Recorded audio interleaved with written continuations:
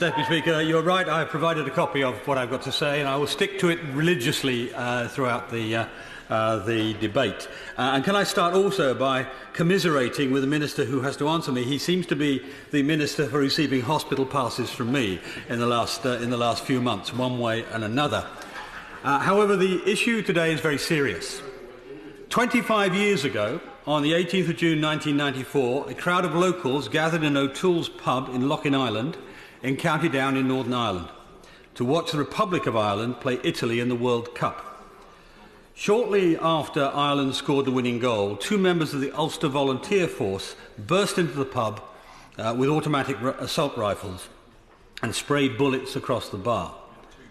6 people were murdered and 5 more badly injured in this brutal and sectarian attack by loyalist paramilitaries. These people were targeted because they were Catholic. It's known as the Loughinisland massacre, and it's gone down as one of the darkest moments in the Northern Irish Troubles. It was an atrocity that shocked even those who lived amongst sectarian violence day in and day out. At the time, it was described by the media as brutal, inhuman, barbaric, callous slaughter, and it was worldwide news. The families of the victims received condolence letters from the Queen and from the Pope. But the Royal Ulster Constabulary's investigation was marked by a litany of missed opportunities to gather and examine evidence. The morning after the shooting, the police found the getaway car abandoned in a field in the nearby town of Ballinahinch, but they failed to properly examine the field. They left the car wide open to the elements before it could be fully examined, and they destroyed the car only 10 months later. Then there were the murder weapons, also found in another field only 10 miles from O'Toole's bar. The police recovered ample DNA evidence from the rifles, but failed to follow it up on investigation. The police also had informants embedded in the UVF who were involved in the procurement and distribution of arms. But again, the police failed to follow up. The investigation was such a failure that it prompted the victims' families to call for the Ombudsman to look into it in 2006. In his damning report, the Ombudsman concluded, I quote, corrupt relationships existed between members of security forces in South Down and the UVF unit, to whom police attributed the murders at Loughinisland. The failure by police to investigate the veracity of intelligence is that those responsible have been warned by a police officer of their imminent arrest is inexcusable. So it's clear this investigation was a case of both incompetence and collusion. Those responsible for this heinous crime have never been arrested, charged or prosecuted. The member for Strangford, I give way. Mr Deputy Speaker, thank you for giving me the chance to intervene and following your line of thought. I appreciate the member takes a very special interest in journalistic freedom and civil liberties. Could I, as I've given a copy and shown this before, could I respectfully direct them to work of another journalist, Mark Rainey, writing in the Belfast newsletter. Mr Rainey ran a very most illuminating series of articles about the officers involved in the investigation of the very wicked and heinous murders at Loughinisland. He said, and this is quoted in the paper, he wrote the following: almost all of the original concerns about the actions of police which helped spark the fresh Ombudsman investigation in 2012 have now been dismissed as bogus or unjustified, including the erroneous identification of the alleged getaway driver claimed to be a police agent. As well as my interest in press freedom, I share with the honourable gentleman a long-standing interest in the affairs of Northern Ireland throughout the whole course of the Troubles, as he well knows, and I will take this opportunity, Mr Deputy Speaker, to pay tribute to his gallant service in the UDR, if I remember correctly, right at the height of the Troubles and the difficult times. So we are in the same place on this, and I'll say this about what I've been saying today. I hold the original RUC and now the PSNI in the greatest of respect. The vast majority of the officers serving in those forces are brave, all of them are brave, and the vast majority are absolutely determined to see justice delivered. But on this occasion, there is a different view put by the Ombudsman, and I think I have to treat that as the overriding judgment. And I'll say this. This is not actually the main point I want to make today, it comes later, but I will say this, that I would urge the Government and the PSNI to reopen the original investigation to Loughinisland and make sure that it's done to everybody's satisfaction this time. Now, 13 years on from the brutal assault, two Northern Ireland journalists, Barry McCaffrey and Trevor Burney, exposed the truth. In a remarkably hard-hitting documentary called No Stone Unturned, released in September 2017, they told the story of the victims of the massacre and their families, and they shone a light on collusion and incompetence at the heart of the investigation, and they named those suspected of being responsible. Now, like countless journalists have done over the years, they got their information from an anonymous leak. In a plain, unmarked envelope, Barry McCaffrey was anonymously sent an unredacted police ombudsman report, naming the suspects and detailing the evidence behind the allegation of police cover-up. It found collusion between the Royal Ulster Constabulary and the Ulster Volunteer Force. It found incompetence, it found a cover-up of the true events, and for the first time, it named those who the police believed to be responsible for the brutal murders. What started as a hard-hitting documentary on a huge event in Irish history would now become a dramatic exposé of the failure of policing. It was, of course, an investigative journalist's dream leak. But even so, during the film's pre-publication and editing process, the journalists offered the named suspects a right of reply, which was not taken up. They also informed the Ombudsman of the suspects the film would name. The Ombudsman passed that information onto the PSNI. They wanted to be sure the PSNI was informed in case there was any reason for the safety of the suspects or in case the police had any other compelling reason why the film should not be released. They received no response. When the documentary was released in 2017, it was well regarded by both communities in Northern Ireland. And in July 2019, it was nominated for an Emmy in the Outstanding Investigative Documentary category. But a year after it was broadcast, Barry McCaffrey and Trevor Burney were arrested on extraordinary charges by the police service in Northern Ireland. For simply doing their jobs, they were arrested and charged with suspected theft, handling stolen goods, breaches of the Official Secrets Act, and breaches of data protection rules. And the PSNI's action was extraordinarily heavy-handed. Some 100 armed officers turned up at their homes at 7 in the morning while the families were eating breakfast. And the police arrested the journalists in front of their wives and children.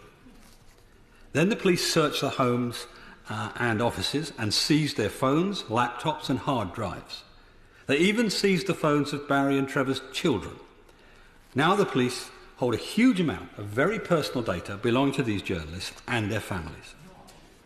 Imagine if the same had happened to the journalists who published leaks from the National Security Council on the Chinese involvement in the 5G network, an issue that really did have an impact on national security, or the leaked diplomatic telegrams from Sir Kim Darroch, or the leaked Yellowhammer documents last month. There would rightly have been a national uproar. All of these leaks were uncomfortable for the state.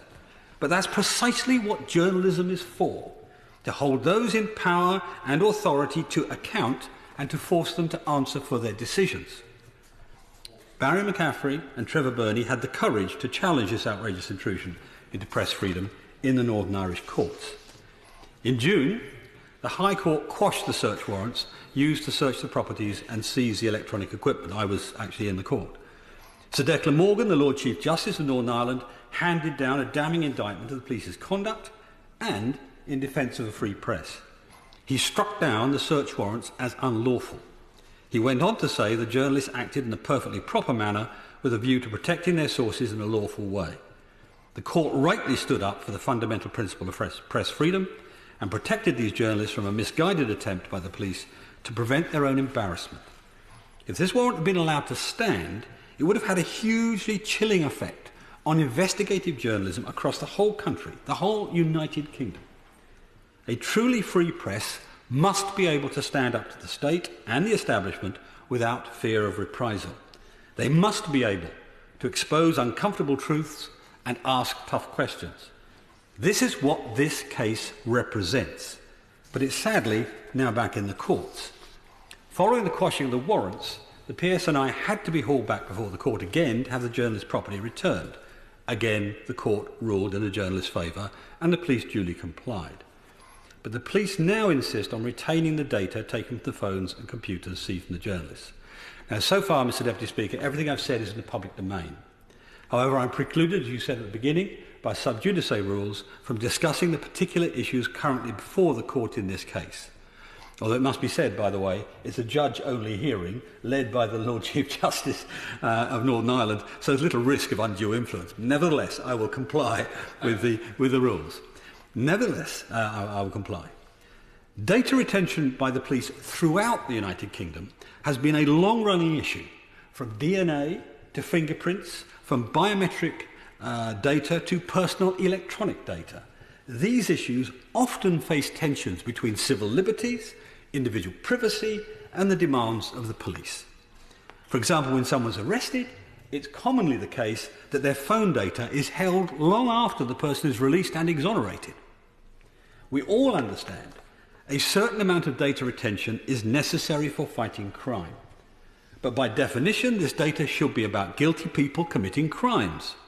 As far as possible, we should avoid retaining the data of innocent people. On the rare occasions it proves necessary, it should be under the strict control of the courts and its use strictly limited. Without very good reason, data should never be kept from innocent journalists. It surely cannot be right for police to store data obtained from a warrant that's been ruled unlawful. I therefore urge the Home Office and the Northern Ireland Office to keep a close eye on the development of the Loughinisland case, and when it's adjudicated, review the policies on data acquisition and retention for the PSNI and other police forces across the country. Because this issue is not confined to Northern Ireland, it will impact investigative journalists and whistleblowers across the whole country. Whistleblowers will see cases like this and feel intimidated that the information that they give to journalists is subject to capture and inspection by the police or other agencies of the state. Press freedom, Mr. Deputy Speaker, is at the core of our democratic system, and it must be protected. Mr. Nickard. Mr. Deputy Speaker, my right honourable friend joked about the latest in a series of hospital passes, but of course he is absolutely right that he is drawing to our attention tonight an extremely serious matter because of some of the core principles that it evokes, but also because it reminds us of one of the darkest and most terrible moments in that most difficult of times. And it also reminds me, listening to him, of how many times I've, in my years in this place, listened to him speaking with great passion and conviction about the importance of defending press freedom and civil rights. I don't think actually there is a more doubted champion of that in this place, and it was a pleasure to hear him speak again to that critical agenda, and I don't suppose there's any member in this House that would disagree with him about the need to protect the freedom of the press to unearth uncomfortable truths. It's at the heart of our democratic process.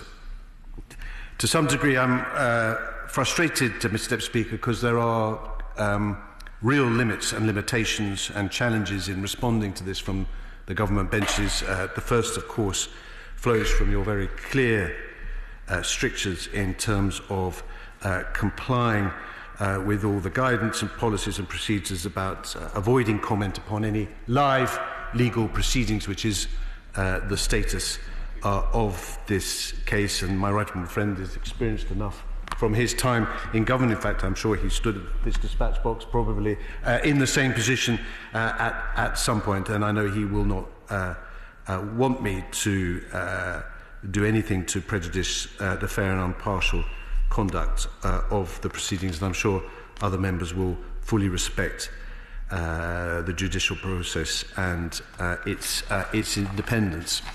But his remarks, Mr. Deputy Speaker, have focused on the policy of the police service for Northern Ireland, on journalist data obtained under warrant, and raises both general points of principle as well as a range of specific issues. And I know that I listened very carefully to what he says, and of course that it is subject to the legal processes, but I join him, and I know the Secretary of State and others, in wanting to register on this occasion our our respect and support for the police service of Northern Ireland, particularly at this most challenging of time. I could not have had a better impression of the leadership and officers that I have met. They have an incredibly difficult job to do, and we thank them for it. Of course, and I speak as a former Police Minister for England and Wales, that many of the wider issues raised tonight are operational issues for the police themselves to speak and respond to, and ministers must respect that independence. And while matters of general principle, of course, must be debated in this House, I would suggest that we must collectively avoid saying or doing anything that could undermine that process or undermine community confidence in policing in Northern Ireland. I want to say some things about scrutiny and accountability of the police service, given the thrust of the comments of my right honourable friend. I have some experience of accountability of police. I would say there is arguably no police service in United Kingdom or even the world that is more heavily scrutinised than the police service of Northern Ireland. And a wide, carefully considered framework of accountability exists to ensure that all aspects of policing practice are fully scrutinised. Central to that scrutiny is the locally appointed Northern Ireland Policing Board, which was this year reconstituted at the direction of the Secretary of State for Northern Ireland, who's in his place alongside me, to ensure that full scrutiny of PSNI's activities could take place in the continuing and regrettable absence of a Northern Ireland executive. And my right honourable friend will be aware that the board had not, from the collapse of the devolved institutions in January 2017 to the point where the UK government took action, been able to fully fulfil its statutory functions. I'm very pleased that the policing board is now once again fully operational and engaged in detailed and regular scrutiny of policing in Northern Ireland, and that is taking place at a local level, as is entirely appropriate. And the policing board, which comprises both political and non-political members, plays a crucial role in scrutiny of the PSNI, and doing so helps ensure that cross-community confidence in policing, which is so critical and which I'm sure we all want to see upheld, because it is central, of course, to the wider peace process in Northern Ireland. And I note, as I'm sure my right honourable friend knows, that both the former and current Chief Constable of PSNI have appeared on numerous occasions before the Northern Ireland Policing Board to discuss data retention, operational updates and other related issues. In responding to this debate, I don't intend to rehearse their comments, as they are a matter of public record. It is for them to comment upon these matters, although I note that they too have been studiously careful to respect the principle of sub judice where that is appropriate. I'd also, before closing, Mr. Deputy Speaker, just would like to note in this context, of course, the work of the Police Ombudsman in Northern Ireland. Having an independent, impartial Police Ombudsman is fundamental to public trust and confidence in policing and justice in Northern Ireland, which we know has been hard won and must not be undermined. The Ombudsman is an important part of providing confidence in policing through an independent mechanism for investigating police complaints in Northern Ireland, and it is essential during the course of these investigations that the Police Ombudsman is able to follow the evidential trail unfettered. And I know that it is a principle that the Police Service of Northern Ireland fully support, in line with both the letter and the spirit of the law. I also know that the Police Service of Northern Ireland will not be found wanting if areas for improvement are identified. This is a police force that places the protection of human rights at its core. It's also important to note that oversight more generally of the Police Service of Northern Ireland is not a matter for Northern Ireland Office ministers. UK government ministers maintain a close interest, of course, in the security situation in Northern Ireland, but the devolution of policing and justice in 2010 ensured that the devolved executive and the Assembly lead on this important function. In closing, Mr. Deputy Speaker, as we've heard tonight, the matters under discussion are of genuinely critical importance, because in general terms, I would note, of course, that the right to freedom of expression, as reflected in Article 10 of the Convention and given further effect in the UK through the Human Rights Act 1998, is not an absolute right and does not prevent the authorities from taking legitimate and proportionate action to prevent and investigate crime. But having said that, the UK condemns strongly any attempts by governments to restrict the freedom of the media to hold those in authority to account or to intimidate or detain journalists for political purposes. There is nothing that we believe in recent cases that calls into question this position by the United Kingdom. I know we can all point with pride to the efforts that the UK government is expending to build a global environment in which free and vibrant media can flourish. And as part of our leadership on this international agenda, the UK will continue to maintain the highest standards of press freedom while retaining the right to take lawful and proportionate action to prevent and investigate crime in accordance with human rights treaties and the Human Rights Act 1998.